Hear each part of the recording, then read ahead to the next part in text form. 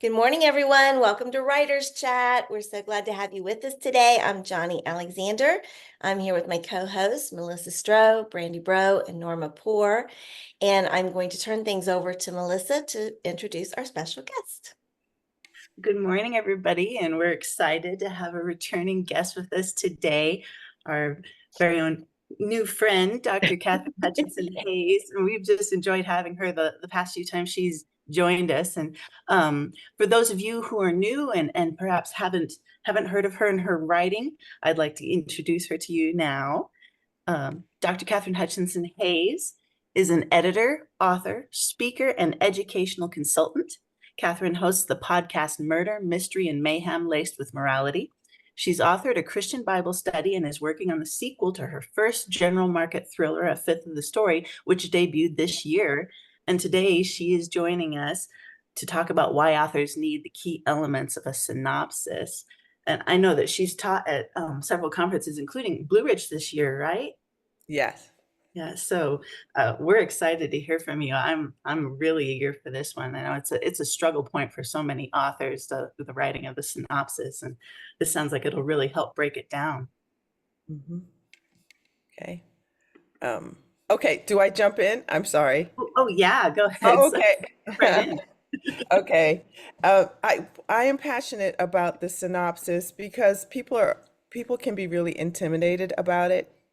And I think my passion for the synopsis began early on when I was a teacher. I saw, and I think I taught it more as a summary for students, and I was passionate about teaching English and writing and all the things. And then later on, it really became clear to me that a synopsis was so important when I was writing my doctoral dissertation. And I realized that if my synopsis was crystal clear, that the dissertation would write itself. Now, that's not to say that it was not probably one of the hardest things I've ever done in my life, other than writing, other than having children and staying married. But that it was that experience really showed me that it is really key. So if you really have a clear direction of exactly what it is that you're going to do, you just have to follow that blueprint. It is a blueprint, and if you just stick to it, your writing will be clear. And it will also help you to be very clear to your audience. And then there's a misconception that you don't need a synopsis for nonfiction. Well, a dissertation is nonfiction, and you definitely need a synopsis. My professors just constantly drill that into my skull that you must have this clear synopsis. So no, fiction needs a synopsis. Sometimes the word summary is used interchangeably for a synopsis, and that's completely okay. But just know that it is pretty much the same thing. And so there are going to be like kind of 4 steps that I want to go over regarding a synopsis. And then at the end, I'm going to go over 5 things that they both kind of have in common. Does that sound good? Oh I know yeah. I can just hear you guys cheering in the background. It's in my imagination. Okay, so I've got to now go ahead and share my screen. Okay, let's see here.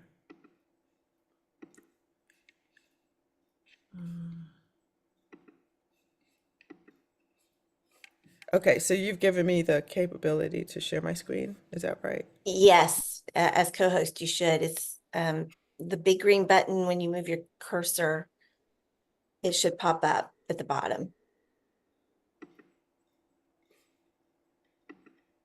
Whenever anyone says I'm about to share my screen, I find myself doing it. I mean, not like pushing the share screen button, but it's like I'm trying to help, I guess. Like I just automatically bring up my button too, as if that's going to do anything. All right. Oh, okay. All right. Here. Okay. Here we go. All right. So, killer synopsis. I'm sorry. I'm really embracing this role as a thriller writer. So everything's got killer on it. We love it. Yeah, and I'm gearing up for Killer Nashville. Mm. Is Bethany Jet here? Okay, because I'm gonna see Kyle Young there, Johnny. It's gonna Oh, be great. fun. Yeah. Yeah. We're both gonna be teaching there. Yeah, yeah, Wow. it's gonna Good be for really you guys. yeah. It's one of my favorite niche conferences. Just a little plug right there for those of you who are into niche conferences. Kyle Young says to go for it. Super important. Where you shall learn all the things, and you shall learn how to do a synopsis really clearly there as well. So here we go. Um, and this is just an overview about why is a book synopsis so important, and it's just really vital. Number one, if you are pitching a book anyway, it's going to be it's going to be part of your book proposal. So Hmm. it sets you apart from the rest. And if you are starting out writing a book, you've got an idea, and I don't know how, even if you are a pantser, and I'm a plantser, I guess, and that's someone who you plot and then you kind of fly by the seat of your pants. And so even no matter what you are, it's still important for you to, at some point, even if you start off flying by the seat of your pants, to sit down and create this synopsis.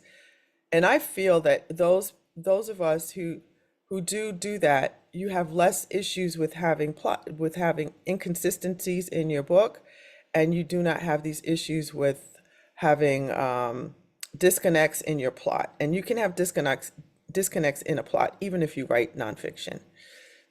So I found that out writing my dissertation. Like, it can happen. So crafting a compelling synopsis it's really crucial to capturing the interest. And you'll find if, even for authors who are or coming in and they're maybe wanting to feel out an agent or a publisher about this idea, if you craft a really good synopsis, you could discover that you're onto something really good, and this could be something where you can take off and run with it. So getting down the feel of writing a good synopsis is a great idea, period, just in terms of your career and just in being able to not want to waste time. This is especially, I think, in terms of nonfiction. I have a friend who is passionate about adoption, and it's so funny. Adoption can, this is really weird because I think adoption is great. I have an adopted daughter. I have two adopted brothers. I love adoption, but it's sort of trendy, right? In publishing, it's in and it's out. It's in and it's out. And so when she first started out in publishing, she was enormously successful with her adoption books, and now she's pitching it with the synopsis, not so much, right? So it what it does is it doesn't waste her time in creating this entire book. So she in pitching it, there's no interest in it. So she's shrinking back from that and she's working on something else. So I hope that makes sense. Okay, so here we go. So let's just dive into fiction, right? For fiction, you're going to begin by summarizing your plot, and it's just taking your plot and putting it in a concise, engaging manner. I think of it as your elevator pitch. Just taking your elevator pitch and just stuffing it right here. So you're highlighting your central conflict. You're going to have your main characters. You're not going to surprise us, by in the middle of the novel, like what is happening here? You just introduced main characters in chapter 5. No, it should all be right here in the synopsis in this plot. Okay, and then you're going to have the overarching story arc, and you're going to focus on the key events and the turning points. And so that's going to be in the plot. So you summarize the plot. Okay, and then you are going to introduce the protagonist. So you provide this brief intro to the protagonist. You make sure that you have their motivation, you have their goals, the challenges that they have to overcome, and the essence of the main character, what drives their actions throughout that whole story, right? The underlying actions. So that's super important. For me, for the last book that I wrote, Brock O'Reilly, that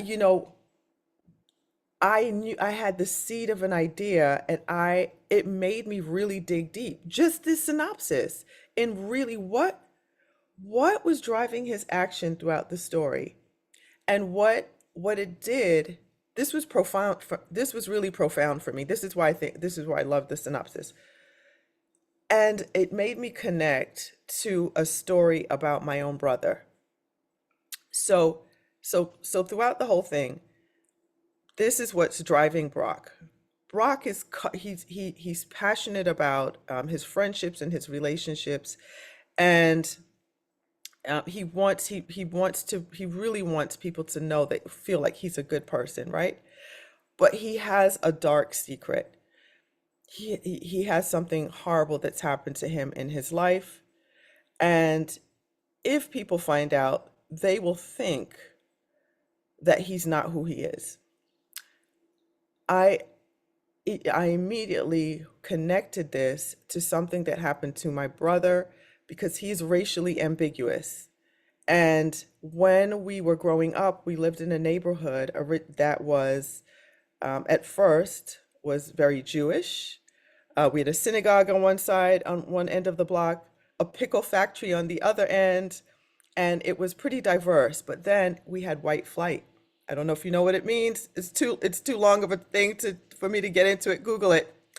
And then it just became more minorities and just a few whites in our neighborhood, including our Jewish brothers and sisters.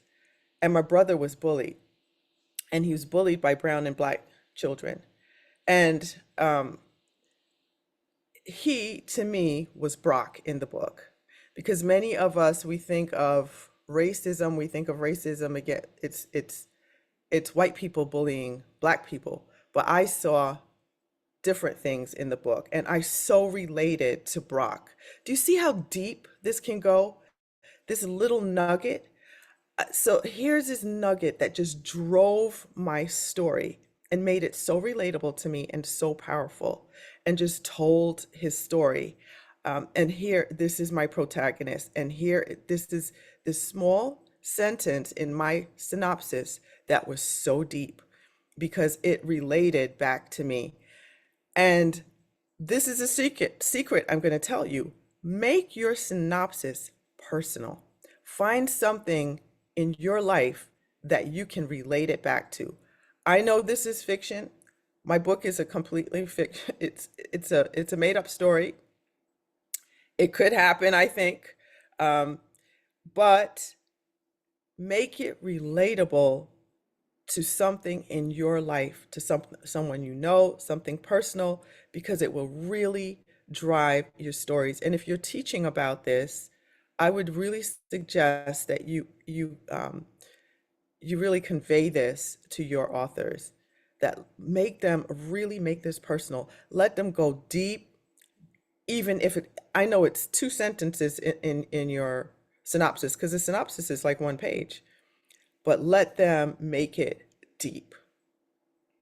So I'm going on and on about this because I know how powerful it is, and how it will change your story, and it will set it apart from other people's stories when you really pay attention and you make it really go deep. Okay. The next thing you want to do is you want to highlight the setting of the story. You want to emphasize the time and place where the narrative unfolds. You need to be specific. You need to convey atmosphere, the world in which the story is set, because that really plays a significant role, especially in fiction. This is especially significant in dystopian novels, in speculative fiction, fantasy, sci-fi, thriller, yay, thriller. All of those things, you really want to pay attention to the setting. That's something that many new authors are not, they don't pay attention to like they should, but it's something that they really want to emphasize and have a very clear understanding of. And this is also something where you get to see if you're working with, if you are working with a newbie, you will help them to really do research if they, and maybe persuade them not to write about something where they know nothing about. They're going to have to be doing research. So perhaps someplace that they're familiar with, or they're going to do research about, right? Johnny and I, we just went to Italy, right? We could totally pull it off if we wanted to write about Tuscany or Orvieto or something like that, because we've got the pictures, we've got the experience. We could go really deep. But we don't want to do something, and we definitely don't want to encourage people that we're working with to do something they know little about, because our readers are really smart. They will check out very quickly when they feel like this person knows nothing about what they're talking about, right? Our readers are well traveled. They're super they're super intuitive, and they know they know an imposter when they see one. So we got to really make sure that we nail this and we know what we are talking about. For me, the setting, I knew what I was talking about. In terms of my opening scene was in a place in Africa. I had not been there, but my husband had. And I'd been on the phone with him many of the times that he was there. I'd lived that, right? He'd sent me pictures. He would send pictures to us of the different, the gigantic spider in his room. I didn't know spiders could be that big. The dust storms. So I had an understanding. I had an expert. So I was able to put that together, and I researched just for that one chapter, that one scene. I did so much research for that. I had to dig deep and I had to have a real place and really study it. And I walked through that place like I was that character. I made a movie in my mind and went over and over and over. That silly one chapter took me, I mean, hours and weeks and weeks and weeks of research just to do that. But it will pay off if you do it right. It really does. The rest, I knew. And then the other parts, I knew that I had to sit there with a map, going through it, making sure that I understood. But in the synopsis, my setting is accurate and very clear. And then what I do is I follow that blueprint throughout the novel, and I make sure that I am sticking to what I said I would do. Your synopsis is like a promise, and then your book is the promise that you keep. Okay. The next thing that you want to do in fiction is you definitely want to convey the theme and the tone. You discuss the major themes and the tone of the book. You want to shed light on the emotional and intellectual journey that the readers will expect. We're very clear about that. If we're writing to 3- and 6-year-olds, we we can't surprise a publisher and then suddenly we're writing an intellectual document for 21 to 30-year-olds. We've got to be very specific, and if it's a romance, of course, this is where our genre, we're very genre specific. We're telling exactly what it is and nailing what that theme is, right? And if you are happening to work with, I know many of you on here, you are working with authors, so it's hilarious. It's so adorable to me because it reminds me of myself when an author is like, well, it's my book is it's a multiple genre, it's sci-fi, romance, historical fiction, thriller.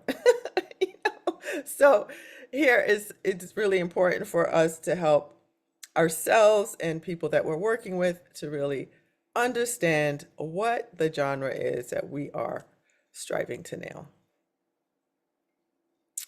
Okay, so I'm going to transition over to nonfiction and moving over to our synopsis. Let me see here. Oh, before I move on, I did want to go here for the theme and tone. Your theme and tone, you know what you want to think of? The back cover of your book. So you don't want to trick someone. You want your readers to know. I don't want, I don't want to trick a poor little romance reader to pick up my book and just think they're going to get the sweet little cozy story. No, they're going to have nightmares. They're going to hate me. No. So you want them to understand, like it says here, um, a suspenseful, action-packed tale of courage. You hear CIA, you hear the history's darkest hours, the backdrop of espionage. This does not sound like a romance to me. It does. This sounds scary. This sounds like I am going to lose a lot of sleep in the midst of chaos. What? Treachery? Okay. So do you see? This is a theme. You get the theme and the tone. So in this area, start thinking even what would my back cover sound like? That is, it is all back cover, getting the feel of my book. That's the tone. Okay, so now moving along to nonfiction. So remember I was telling you about my dissertation, right? Early on in my dissertation journey, I was like, oh, this dissertation is for everybody. And my professors were laughing so hard. They were like, nothing is for everyone, girl. It is not for everyone. And I'm like, but I want to include everybody. And they were like, no, you do not want. They were like, actually, the more people you rule out, the better. I'm like, what kind of program is this? So no, they were so right. That's exactly what a dissertation is, and especially the outline for the dissertation or the synopsis, is we really do want to create a niche. That is actually a very successful thing. You are really ruling out who's not going to read your book, because the more you nail your niche is actually the more successful you are, because you really will capture the people who will read your book, people who are into what you are writing. So that's a really important thing. So what is a purpose? My dissertation was about how, you're connecting the power of writing. It was about journaling and writing, the power that it had on children, for healing, for bringing them out. I had students that had incredible trauma, and writing, journaling really brought that out. And it was so powerful to me. My professors noticed something. They said, you have been impacted by that writing. You need to include yourself in that research.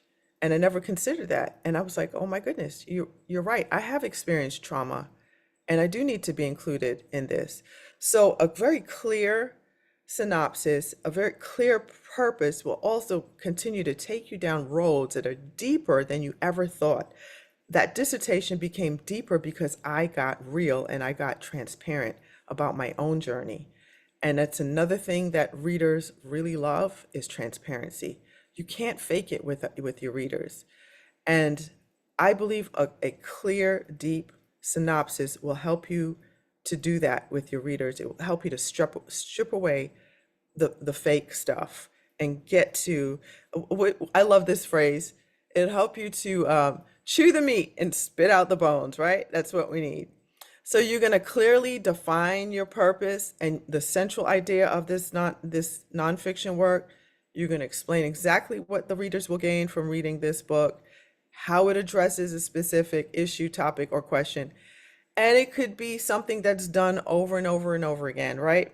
But your unique experience and perspective, your unique twist on it can always make it fresh in you. So if you or an author you're working with is wanting to do something about let's see, time, I don't, let's see what's been done. Let's say like my girlfriend who was telling you about with the adoption book, maybe, maybe doing a spin on it, like, uh, cross-racial adoption. That's a hot topic right now. If people from different races adopting other races, right? We see one race adopting other race. Do different spins on, do a different twist on it. Um, there are things that are very controversial. Same-sex couples adopting babies. There's a prolific book called Them Before Us. I don't know if you've ever heard it. I hope I'm quoting that title of the book. That did an incredible spin on adoption, and it was about a child who was adopted by a same-sex couple, and about the harm it did for her. And so she's giving her testimony about what that experience was like. So there's always a way to have a unique spin on a topic. Okay. Now, highlight key topics and arguments. So you're going to provide in your nonfiction synopsis an overview of your main topic and arguments that you're presenting in your nonfiction book, and you're going to briefly summarize those key points and ideas, how they contribute to the overall narrative. And so that's going to be something that's got to be really crisp and concise, and it's brief, but you have to really nail that just point by point by point. And sometimes sometimes people have an idea, but they're not really sure, but they haven't really thought it through. Sometimes it's a great idea. This really helps you to figure out exactly what are my key points and ideas. And remember, I was telling you that if you have a great synopsis, it will help you to write the book will write itself. So in here, sometimes there's something you maybe haven't fleshed out, or you haven't really thought of, and it will help you to do the research, and maybe it will help you to switch directions, or maybe it'll help you to think of something you never thought of, and that can be a really good thing. Okay. Now, here is where you get to really introduce your perspective, right? You're going to discuss your expertise on the subject matter. You convey why you're qualified to write on this subject, and how your unique insights add value to the content. This is not your time to shrink back, or the author that you're working with. It's not their time to shrink back. It's a time to really key in on why and how you are the person to write this. In my dissertation synopsis, I I explained that I was an English major, but I was a classroom teacher, and how I'd seen, contrary to, well, in comparison to other subjects, how I'd seen the power of writing impact my students in a profound way. Yeah, math is great, social studies, science, I loved all the subjects, but there was something profound about words, about my students being able to express themselves on paper, that really opened up all kinds of avenues for them to blossom, to grow. And I had seen that through the years. I'd seen that in my own life journaling. No one can take that away from me. That's my experience. That's my experience with through from pre-K, kindergarten, first grade, fourth, fifth grade, so all these different grades, and then even for myself. That's my unique perspective. And this is why I'm explaining, this is why I'm qualified to write this, because no one can take away my perspective with my student Sam, who experienced tremendous success as a student, but was witnessing horrific abuse in her household. And then Trin, who might have been again, doing well in school, but she was witnessing her father wither away from cancer. And he had suffered that from Agent Orange from one of the wars. And then there is Bill, and Bill was a rebel, and he gave me a whole lot of trouble. But in his journaling, I realized that he was suffering from PTSD because he had rescued his younger siblings from a house fire. The fire had completely destroyed everything they had, and they almost died. He was the one who woke everyone up. He was the one who grabbed his siblings, woke his parents up, and he was messed up. I would never have known that if I did not have these prompts and have him write.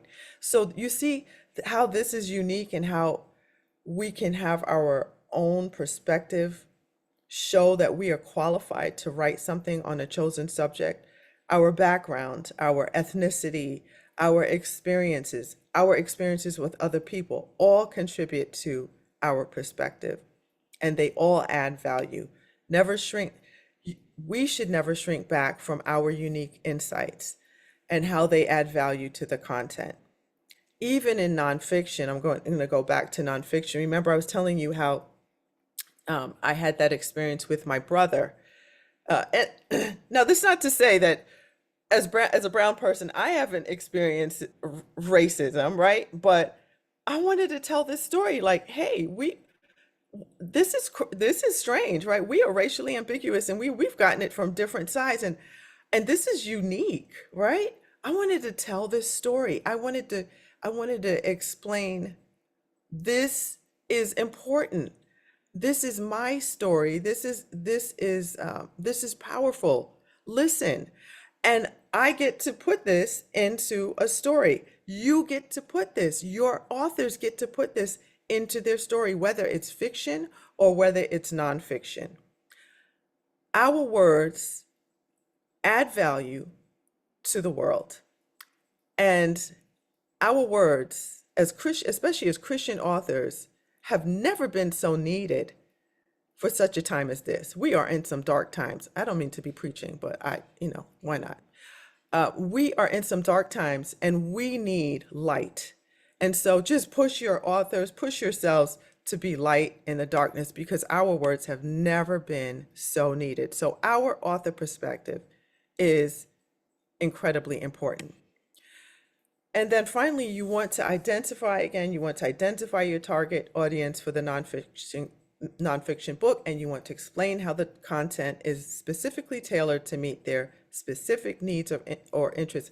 Now for nonfiction, this is the sale part. This is where you sell yourself, or you explain to your author how they need to sell themselves, and explain why the world cannot go on until they get this book, because this is going to meet a specific need or interest. I mean, this is why women, present company included, we have a pile of self-help books. I'm looking at a bookshelf of self-help books. Sometimes I don't even read it. I just feel like I'm going to just be better if I just have it in my life.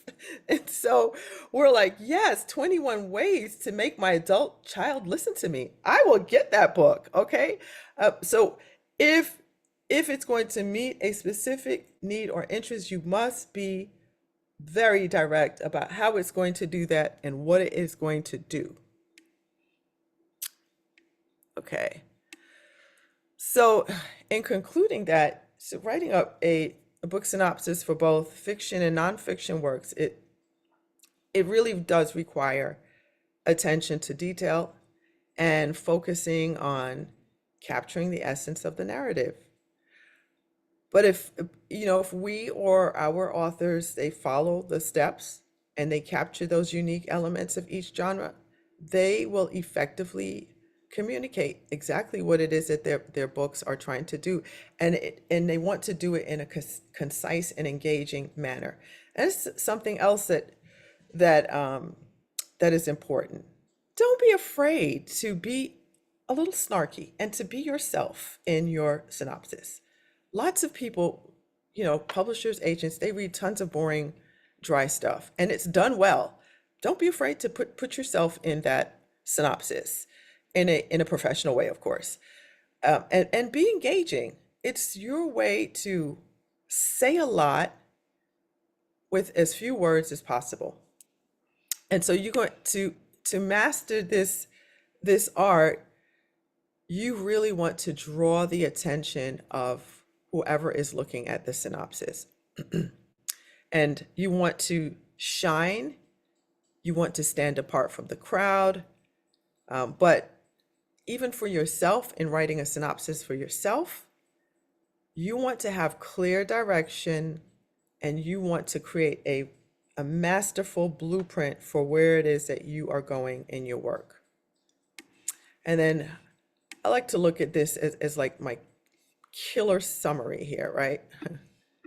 So for both parts, for fiction and nonfiction, you're going to summarize, you got to summarize the plot, including the central conflict and key events.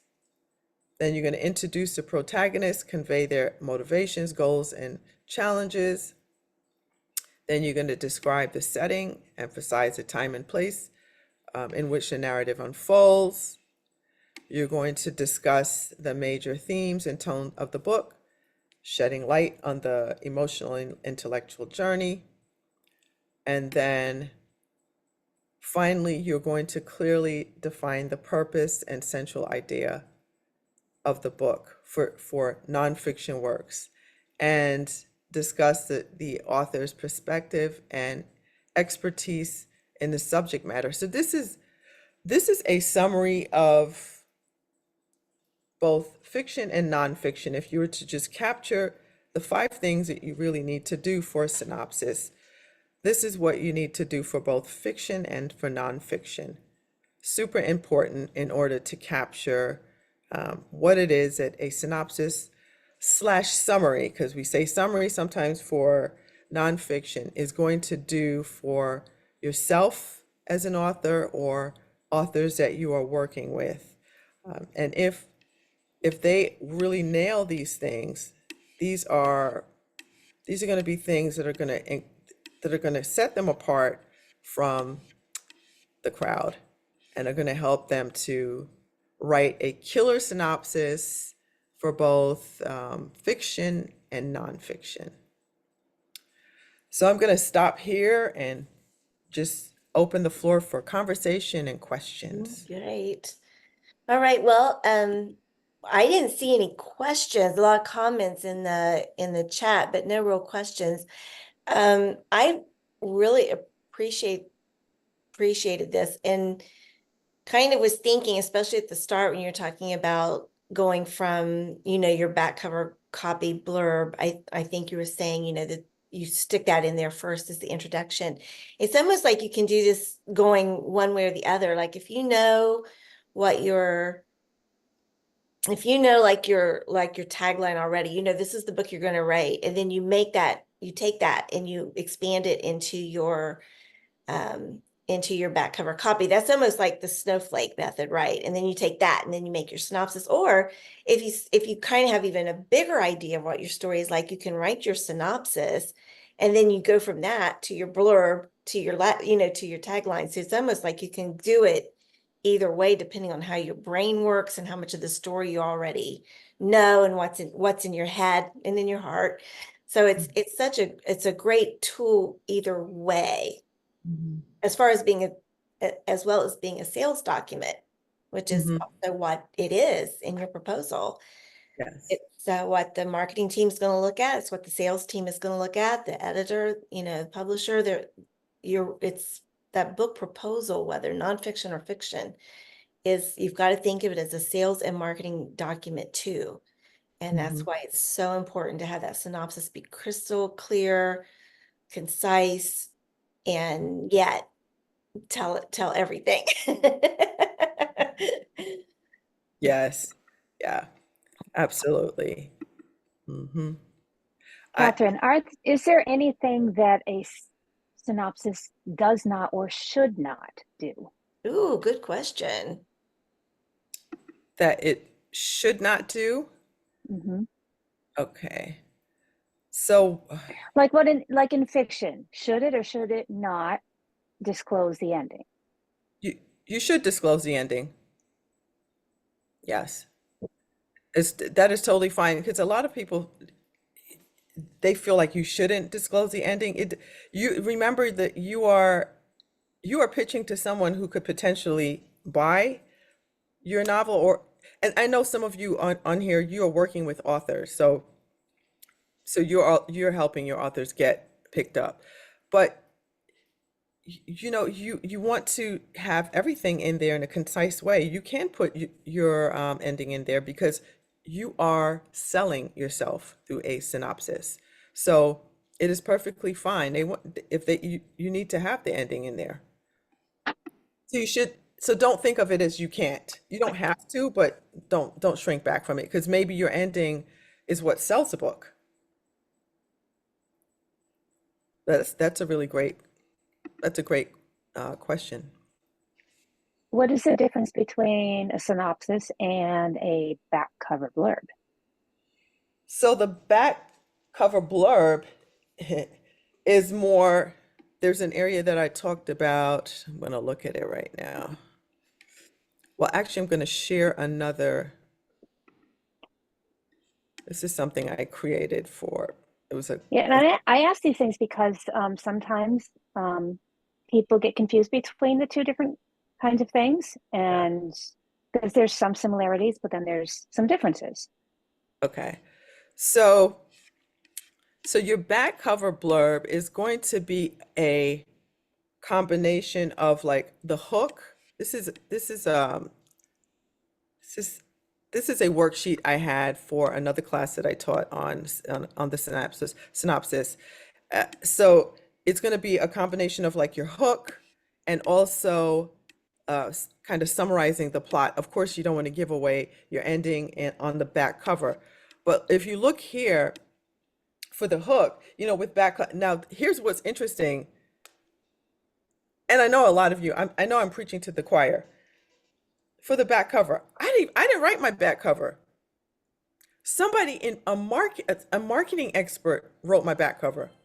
Because for me, I was thinking, I don't know. I wouldn't have said, I don't know. I wouldn't have said this, but it wasn't, you know what I mean? I wouldn't have said it this way, but guess what? People who read the back cover wanted to read it. So this is like a masterful art piece of artwork that a marketer does. They know what keywords and what things are going to sell. It's not about being a great writer when it comes to back copy. It's about marketing. So hooks are really super important. So I did not write this. So it says, there's an attack on US soil and Brock, an agent of the CIA, finds himself in the middle of the mess. I was like, oh, okay, that's all right. Okay, I see where they're going with this. So that, just like the first sentence of the back cover, the first sentence of your synopsis is going to want to grab the reader's attention and make them want to read more. It's all about making them want to read more. There are people with back cover, if they're not hooked by the first sentence, they put your book down and they go on to the next thing. And it's the same thing with agents and publishers. If they read the first sentence, some of them are so snobby. They read the first sentence of your synopsis and they're not hooked. They just go to the next thing.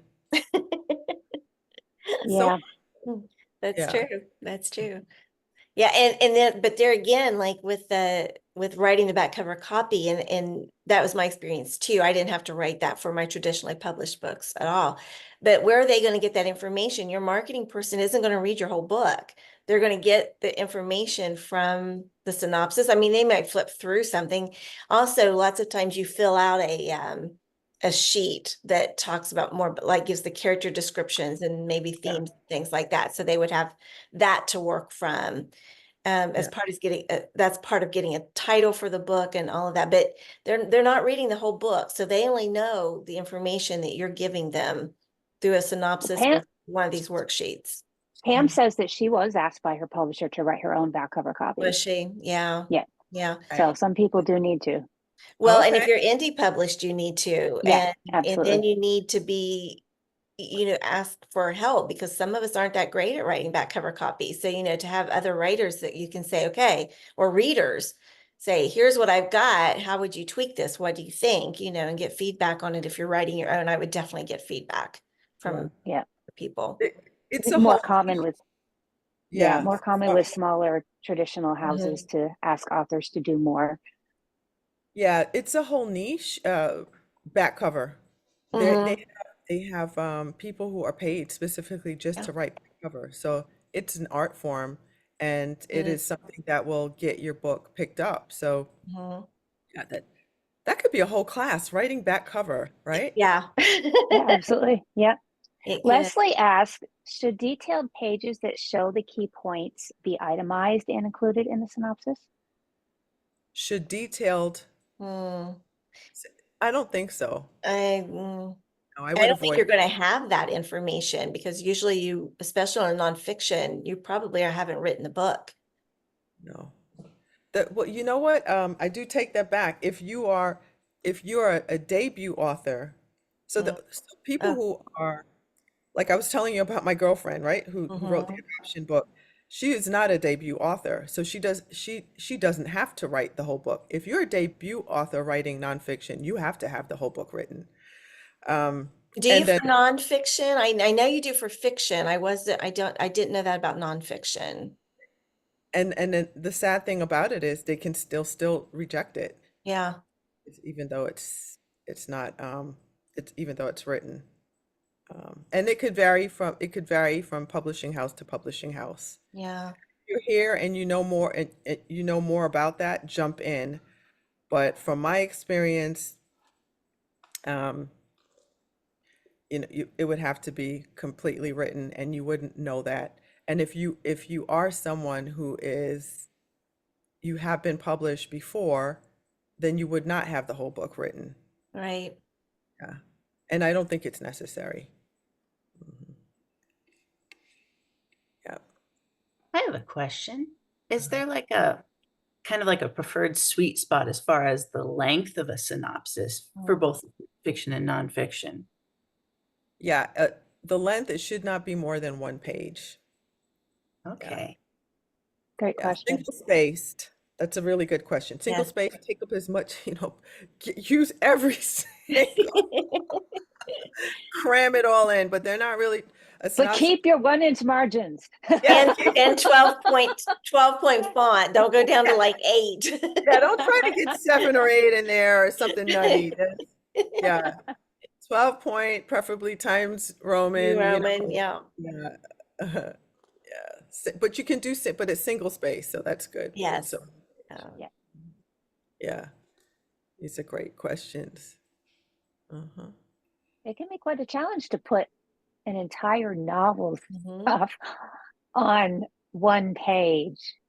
Very, Mhm. very tricky, all that stuff to get on there. It Yep. is. I've heard an I mean, agent. nonfiction too, but Yeah. fiction can be more of a beast, I think, sometimes to wrestle.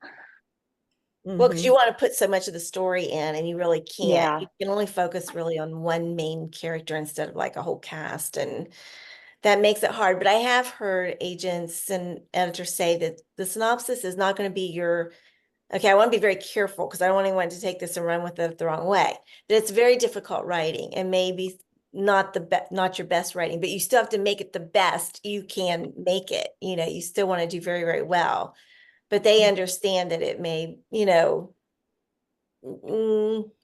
a little squishy in places, but still just do your best. Yeah, Choose those verbs, choose those nouns, and just get everything in there that you can. yes, Do very yeah, well with it. yeah. That's excellent. That's excellent advice. I Yeah. love that.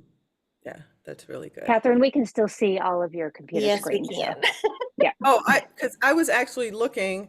Yeah, I don't care. I was actually looking Okay. to share a synopsis with you. So what I'll do is Okay, great. I'm going to stop this share, and I'm going to actually, while we're chatting, I'm actually Look going for to it. share a synopsis. Yeah. That sounds fun. Yeah, Pam says it's way easier to write the almost 500-page fantasy than to write the one-page synopsis, and especially again for a book that big, because I'm sure then there's there may be a main character, but it's kind of like Fellowship of the Rings where there were 9, and it's like, Yeah. who's really the main character here? And you're following all these different groups. So, how do you write that in one page? I wouldn't want to have to do that. So not at all. I am going to ask, everyone else to come back on. And then when when we share the screen again, we'll just sort of, we'll all be to the side scrunched up. So it won't be that big of a deal. But if you have a question while Katherine, or a comment while Katherine's looking for her synopsis, invite you to speak. Okay. So I found it. Okay. Well, that was quick. Now that I got everybody on here, yes, please share your screen and we'll go from there. Okay. Oh yes, and remember, if we put you in jail, please let us know so we can get you back out again. We'll give you leave- bond. Yeah. Okay.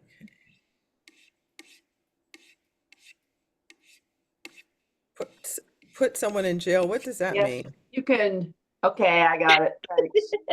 Oh, for Um, those of us who arrive late, anyway, it means you can't turn on your own video or mic. yeah. Oh, okay. And for those of us who know better but arrive late, you're all cut automatically. Katherine talks like she's talking from experience there. Oh, I've had experiences. My day job I used to be a regular every week, and then my day job put a regular 10 o'clock on Yeah. Tuesdays on the schedule. So I arrive later, not at all most Tuesdays, but the meetings are off next week.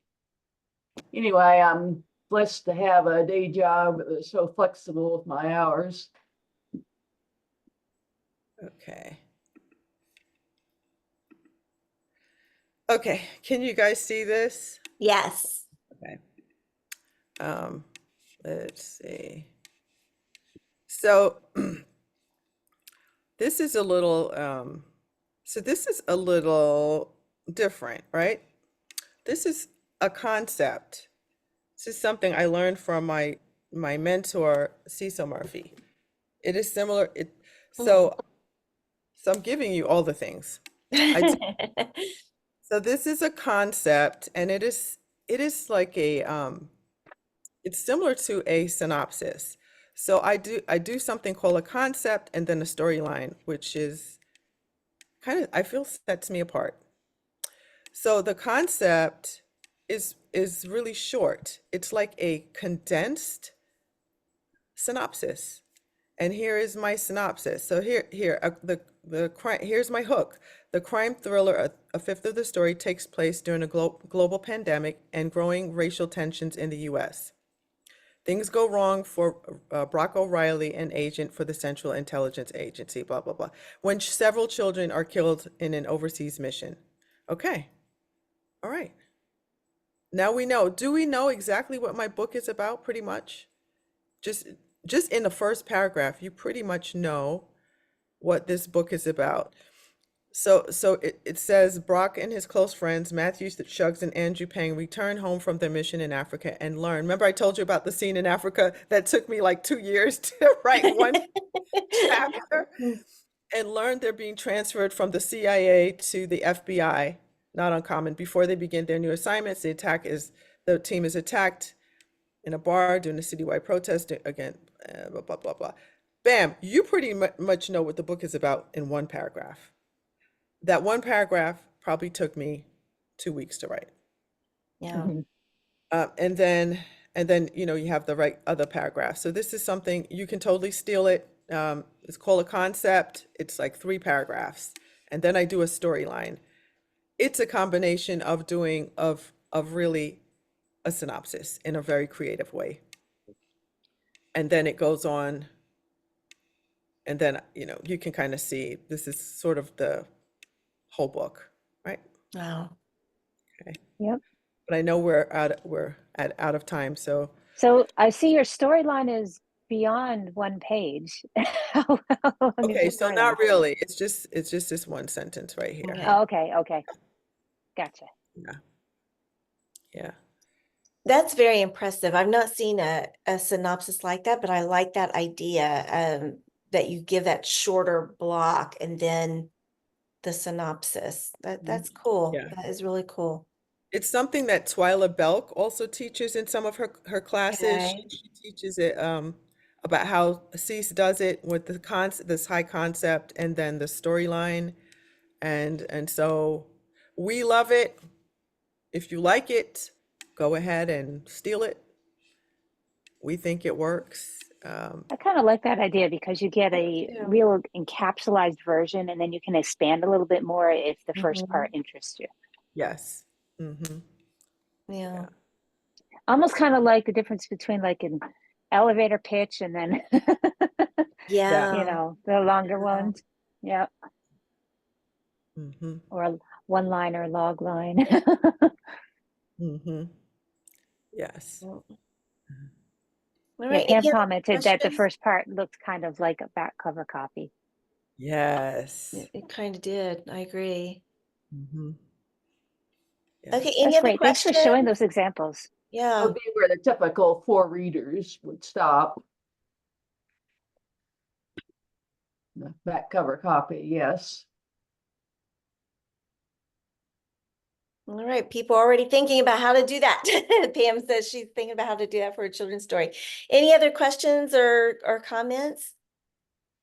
Katherine, this was great. Again, synopsis, I mean, it can be almost as hard to write as it is your story, and to be able to put everything down into one. So this is very, very helpful in how to focus that and to give yourself 100%. time to write it, that it can take, you know, it's not something you're probably going to whip out in a day.